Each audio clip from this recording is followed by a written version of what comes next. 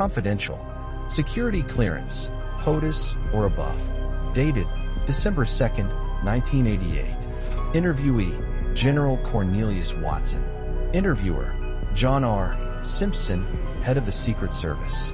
What follows is the transcript of their conversation. Simpson, so start at the beginning, General.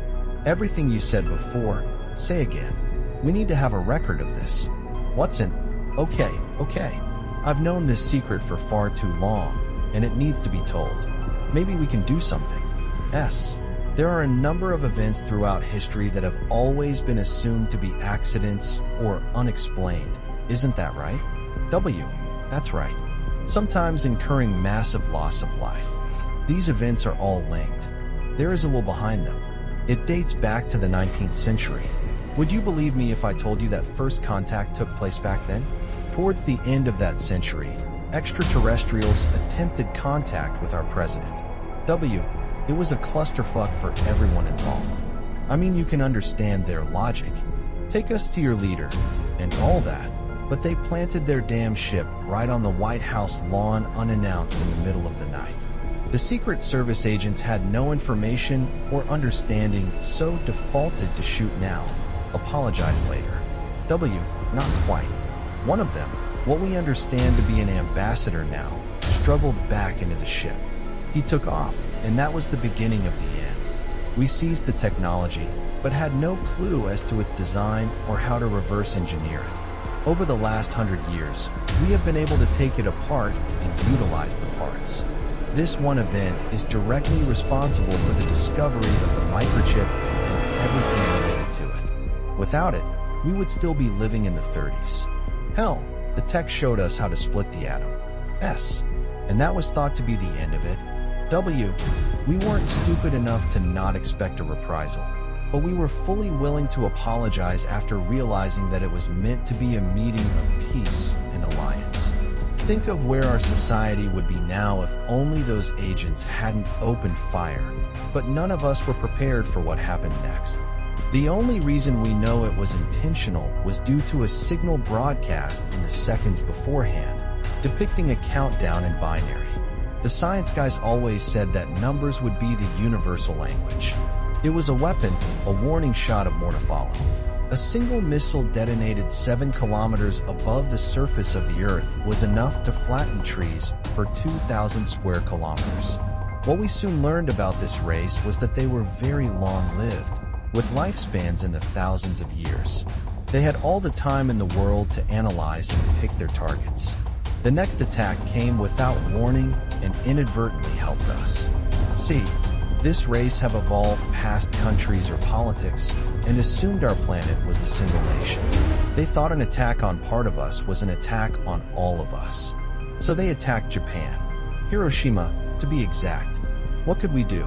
We could admit that for 50 years we had been hiding the existence of aliens, or claim that the attack was ours and that we were capable of yet more attacks. The fear of that weapon has held us in check for decades after. W. After the end of the war, they were brought into confidence, and we were able to pool our resources along with other countries.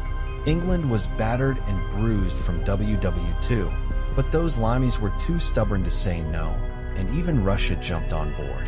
W. What could we plan for? We had almost no information on the enemy past what that initial contact taught us, and they could rain fire from the heavens. The breakthrough came when we finally perfected our nukes.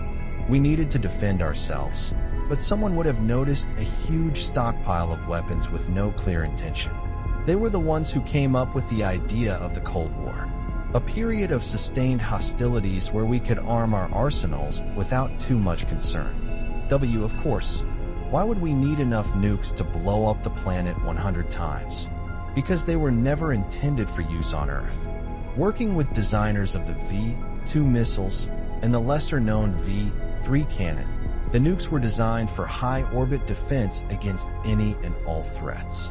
The EMP alone made them formidable in space. S. The Russians were actually allies. W. They crippled their own economy just to try and make sure the world was safe. Everything about that conflict was staged, from the amendments to the Constitution to the Cuban Missile Crisis. All distractions whilst we went about the business of protecting the world. W. Well, they changed the goddamn rules, didn't they? They've worked out how to detonate our nuclear power plants from orbit with no missiles or sign of intervention. 2 years ago, we had Chernobyl. That was a new show of force, and a sign that wiping us out is not enough. These creatures view us as a little above vermin and in need of punishment. We worked out how to jam the damn wavelength they were using to mess with the half-lives of the radioactive material, but it was just another step in this insane, intergalactic arms race. S. So where do we go from here? W. I don't know. Everything has gone quiet, but this is often a sign of the calm before the storm. I'm bracing myself for something far worse. You should too. The above interview was classified and archived, but recently has been read by a number of individuals within the United States government.